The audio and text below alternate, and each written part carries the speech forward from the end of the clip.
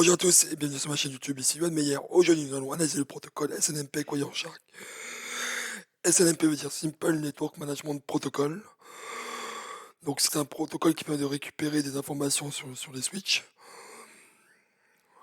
Donc nous allons voir le SNMP version 1 et version 2 et voir la différence qu'il y a avec Wireshark. Et ensuite nous allons intégrer des MIB dans Wireshark pour pouvoir avoir des noms sur les informations qui sont remontées au niveau SNMP via Wireshark. Donc nous allons commencer par le SNMP V1. Attends, je vais juste retirer hop, cette colonne-là qui nous sert plus à rien. Celle-ci aussi. Excusez-moi. Et cette colonne-là. Voilà. Donc, le protocole SNMP s'appuie sur les ports 161 à destination. Donc là, on a fait une requête SNMP, donc on a polé l'équipement, donc on a été demander des informations, donc on a fait une demande d'information en rafale. Donc ce qu'on peut voir maintenant, on va aller voir dans le détail du paquet. Donc il s'appuie sur EDP et donc c'est la version 1, donc c'est une vieille version. Et cette version-là fait une requête pour un OID. Une réponse, une requête, une réponse, une requête, une réponse. Ce n'est pas optimisé. Donc, en plus, l'information est envoyée en clair, donc on voit la communauté, donc c'est TUX. Et on a la requête, donc là c'est que des chiffres. C'est que des chiffres qui est demandé, donc la réponse est en 3. Et là, on a la réponse, c'est illisible. Donc, effectivement, avec un browser de MIB, on pourra savoir à quoi ça correspond. Mais nous allons, après, ajouter notre MIB SNMP dans Wireshark pour pouvoir décoder toutes ces valeurs. Donc, Wireshark va me donner le temps de réponse SNMP. Donc, on peut le trier.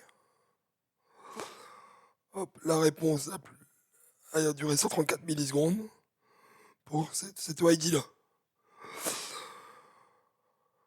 Donc, on voit qu'au niveau SNMP, les flux sont en clair et que les requêtes sont pas optimisées.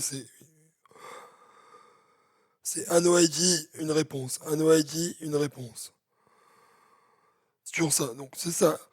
Ça, c'est une différence. Ça, c'est pas très optimisé pour le réseau. Donc la version 2 d'SNMP est arrivée pour corriger ces problèmes-là. Donc SNMP V2 est ici. Bon, je vais encore enlever ces colonnes-là. On n'en a pas besoin. Alors, donc déjà, on est toujours sur le port 162 maintenant, au niveau SNMP. 161, alors,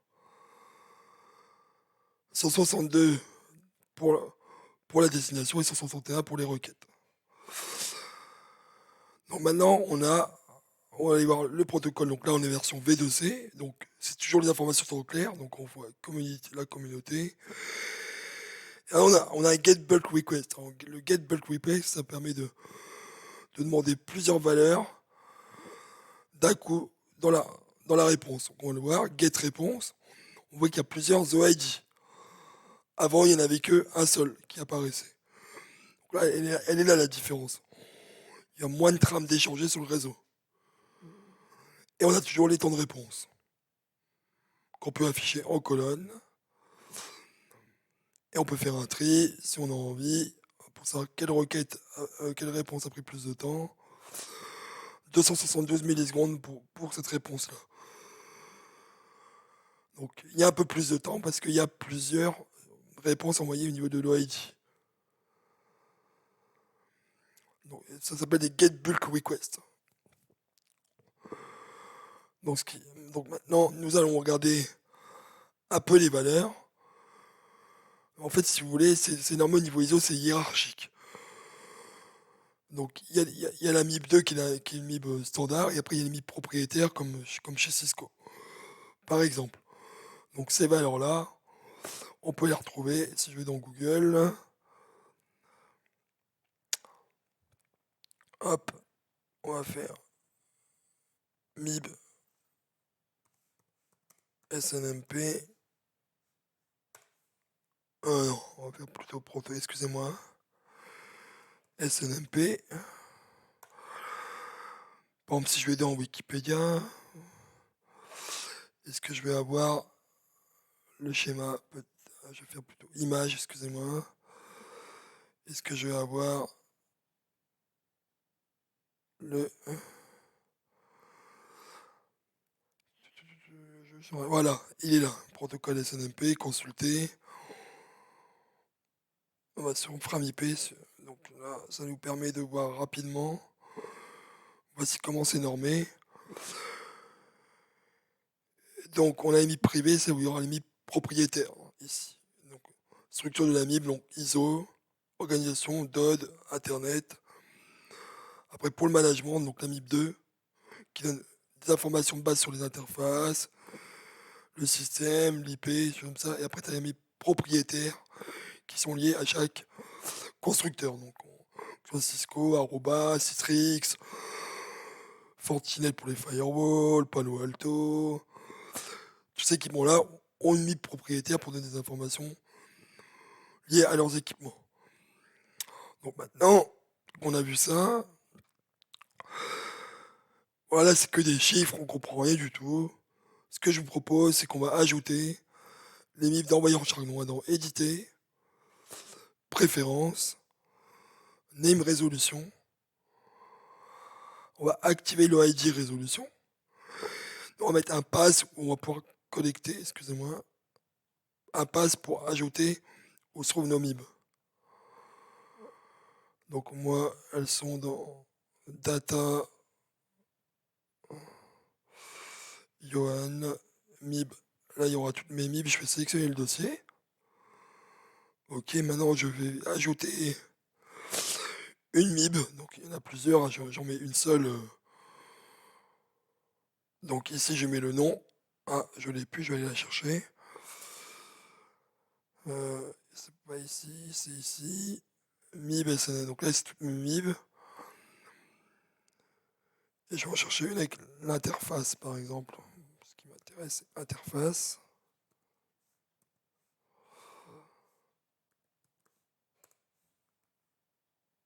Aucune. Ok, c'est pas un souci. On va revenir précédemment. On va aller la chercher. Cisco Event, Cisco B. Cisco interface. Tiens, on va essayer. Donc on va faire renommer et on va juste prendre cette valeur-là, CTRL C, et on va l'ajouter dans Wireshark. Et là, on va faire CTRL V. Donc on va ajouter juste le nom de notre interface, on fait OK. On fait OK.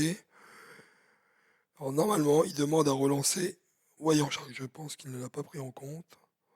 C'est ça, il n'a pas pris en compte, donc on va relancer Wireshark. Donc on va quitter. Hop. Et on relance Wireshark.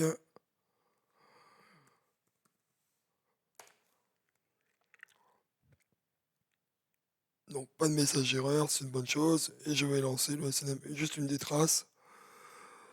SNMPv2. Est-ce que maintenant on a... Voilà, vous voyez, avant on n'avait pas ces valeurs-là. Maintenant on a plus d'informations. Donc voyons voir ce qu'on a. Alors là, comme c'est du get bulk, le multicast, donc si on va dans le détail du paquet, hop, get réponse, les variables, et là on a toutes les variables sur le multicast. Là c'est lié au multicast, donc on a pas mal d'informations. Donc est-ce que j'ai des informations sur les interfaces? Si je prends ici, voyons voir. Donc c'était tronqué, c'est pas bon. On va repartir sur plutôt le, sur, sur la trace réseau du SNMPv1 qui va être beaucoup plus simple à regarder. Donc on va voir, voilà, là on voit, alors c'est pas ici, sur les interfaces, voilà. Là on a les informations sur les interfaces qu'on n'avait pas avant. Et là, object MIB, EF speed. Avant, on n'avait pas de détails en fait. On n'avait pas de détails, maintenant on a les détails. Donc, contrairement, alors malgré que le SNMP V2 a été mis en route pour améliorer les performances SNMP, ce qu'il faut savoir, c'est que l'ensemble des flux sont en clair. Donc là, je peux récupérer toutes les informations sur mes switches. C'est toutes les informations qu'on peut récupérer. Donc ce n'est pas très sécurisé. Il existe le SNMP V3 où ils ont intégré de l'authentification. J'essaierai d'en faire une vidéo plus tard, mais maintenant, c'est terminé pour aujourd'hui. On a eu le protocole SNMP, la différence entre SNMP V1 et SNMP V2. C'est vraiment au niveau des requêtes et des réponses qu'il y a vraiment une grosse différence. Et on a vu comment intégrer les MIB dans Wireshark. Surtout quand vous intégrez les MIB, il faut relancer Wireshark. Voilà, c'est fini pour aujourd'hui. Je vous souhaite une bonne journée et à bientôt pour une nouvelle vidéo.